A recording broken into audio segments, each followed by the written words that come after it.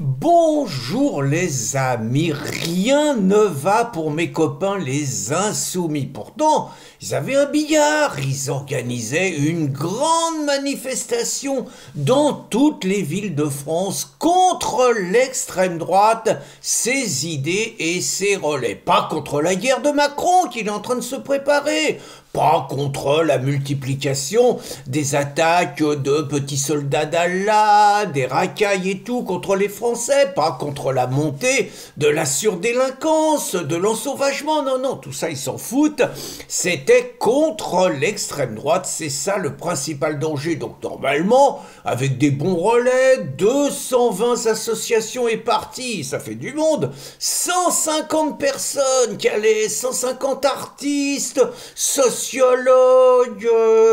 journalistes et tout qui appelaient à soutenir, et puis des bons, hein, comment elle s'appelle, Annie Arnaud, vous savez, grande bourgeoise qui se paye des gigolos par ailleurs, hein, mais bon, bah, faut bien que le corps exulte, comme disait Jacques Brel, hein.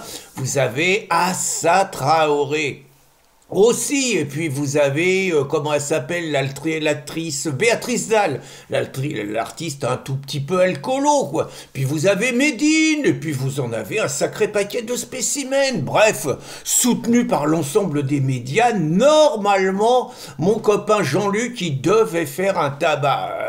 Et puis, bah, la connerie, voilà, des caricatures, et ces couillons-là, ils font une affiche d'Hanouna qui représente un juif, et tout le monde leur dit, mais attendez, bande de connards, les nazis descendaient les juifs comme ça, vous êtes tarés. Bon, évidemment, depuis ça rame, ça fait une semaine qu'ils en prennent plein la tête, manifester contre l'extrême droite en se faisant prendre les mains dans le pot à confiture pour racisme anti-juif avéré, ça fait désordre. Donc déjà, ça allait mal, hein. Alors Jean-Luc, il a fait son numéro sur un plateau de télé, il a insulté le journaliste qui osait lui poser une question là-dessus, je vous interdis de m'interroger, bon, ça aide pas, quoi, voilà. Et puis, bon, comme un malheur ne vient jamais seul, voilà que tout s'écroule pour Loulou Lacam, mon copain Louis Boyard. Alors moi je l'aime bien Louis, hein, franchement, il a l'âge d'être mon petit-fils, le mec il est bon, franchement, un mec qui a jamais fini ses études, qui est quand même pas d'une intelligence fulgurante, le mec déjà il a réussi à se faire inviter sur tous les plateaux de télé en créant des syndicats étudiants dont il est le seul adhérent, mais il a de la gueule et tout, bon, et puis il réussit à se faire élire député les filles, franchement, pas mal, hein, et se faire réélire après, 22 ans, 24 ans, et comme ça suffisait pas, il paraissait parti pour être maire à Villeneuve-Saint-Georges. Alors, c'était une drôle d'histoire, Villeneuve-Saint-Georges, parce que très franchement, je vais vous dire le scénario, avant que Loulou il arrive tel un éléphant dans un magasin de porcelaine.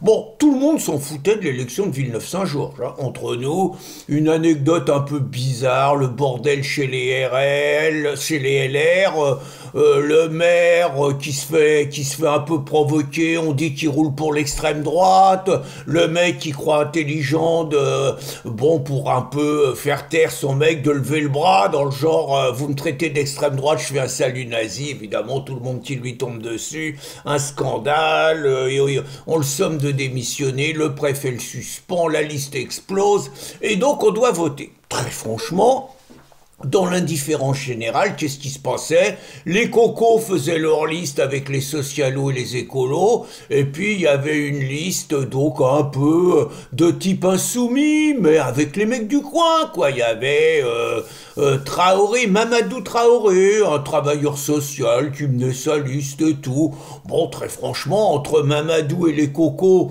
ça se faisait une primaire, la droite était à l'agonie, ça se faisait une primaire, et normalement, ben, le vainqueur, ça fusionnait entre les deux tours, et c'était la gauche qui raflait la mairie. Franchement, c'était imperdable dans la situation dans laquelle ils étaient. Loulou aux européennes, parce qu'il est député du coin, il avait fait 60, bon, tranquillou, quoi. Et puis Loulou, il est arrivé, bon, alors là, Mamadou, pousse ta gueule, c'est moi le chef, bon, déjà ça couine, hein, mais bon, Mamadou, il se met troisième, Loulou, il achète un peu les autres, il met en numéro 2 une Palestinos, une Palestino-Sakéfi avec des slogans Palestine de la mer au Jourdain, donc autrement dit Raous Israël. Bon, il met en numéro 7 un islamo pro-Hamas, sa queen. Il n'y a que 12 Français sur sa liste, donc bon...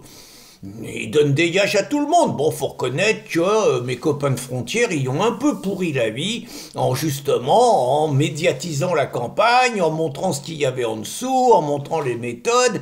Et donc, ce qui devait être une élection de laquelle tout le monde se foutait est devenu un événement national. Donc...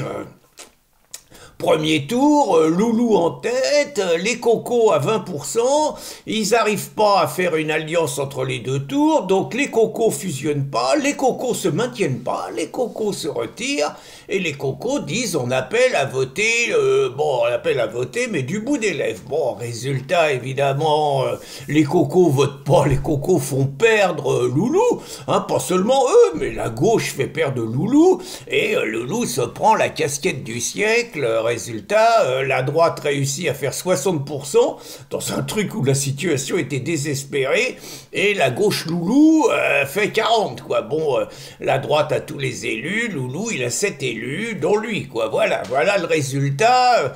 Bon, autrement dit, c'est pas pour dire, mais Boyard, le meilleur agent de la droite, quoi. C'est grâce à lui qu'ils ont été élus. Donc, il se passe 6 semaines, et on apprend quelques heures avant le conseil municipal qui a eu lieu hier, tout simplement que, on va dire, la diversité de la liste à Loulou a décidé de le grand remplacer, ni plus ni moins. Ils ont dit, bon, le grand chef blanc, s'il nous sert à gagner la mairie, pourquoi pas. Encore que je fais une parenthèse, hein, je suis pas sûr, vu ce qui se passe, que mettons que la liste à Loulou ait été élue, je suis pas sûr qu'on n'aurait pas assisté à un putsch le soir de l'élection de la municipale. Parce que, je vous rappelle, le maire, il est désigné par les conseillers municipaux. Or, si Mamadou s'était présenté contre Loulou, ce qui était possible, je pense que Loulou, il se faisait bananer. Bon, on n'a pas été confronté à ce qu'aurait quand même été une mascarade extraordinaire, quoi. Mais, bon, là, au bout de 6 semaines, ils l'ont viré. Alors la morale de tout ça, c'est très intéressant parce que, à mon avis, ce qui s'est passé à Villeneuve-Saint-Georges, c'est ni plus ni moins que ce qui attend les insoumis dans toutes les villes de France et dans tous les endroits de France, mais également si par malheur ils arrivaient un jour au pouvoir ou si par malheur ils arrivaient à conquérir des régions, eh bien c'est très clair, les Meuse, parce qu'il y a beaucoup de musulmans sur la liste de Louis Boyard, les Meuse vont se servir des insoumis aussi longtemps qu'ils vont leur être utiles pour arriver au pouvoir, mais une fois arrivés au pouvoir, les insoumis ne leur serviront plus à rien, et dans le meilleur des cas, ils les éjecteront démocratiquement, on va dire, comme c'est arrivé pour Louis Boyard hier, et dans le pire des cas, ils les égorgeront pour se débarrasser d'eux, et ne plus avoir besoin des traîtres pour lesquels ils ont le plus grand mépris, qui leur auront servi de marchepied, et dont ils se seront débarrassés à la première occasion. À ceux qui disent que je suis un peu parano, que je me raconte un film et tout, je vous invite à vous pencher sur le scénario iranien en 1980 où, pour virer le Shah avec la complicité des États-Unis et de la France, ne jamais oublier, les Iraniennes qui aujourd'hui portent le voile peuvent leur dire merci, eh bien les communistes du parti Toudeh ont soutenu les islamistes de l'ayatollah Khomeini pour foutre en l'air le Shah, et une fois que les islamistes sont arrivés au pouvoir et que les cocos leur ont dit bon maintenant on va gouverner ensemble, quick, en tôle, pendu, à dégager, merci pour le coup de main, maintenant on n'a plus besoin de vous. Eh bien, c'est exactement ce qui va se passer pour l'ensemble des collabos de gauche, si pour le plus grand malheur de la France, leur projet de nouvelle France aboutissait, et que finalement ils arrivent aux manettes, eh bien ils seraient grand remplacés dès qu'ils ne serviraient plus à rien, et ça serait, j'ai envie de dire, une douce vengeance pour les Français qu'ils auraient trahis. Voilà les amis, donc Loulou grand remplacé, c'est bien triste. Bonne journée à tous!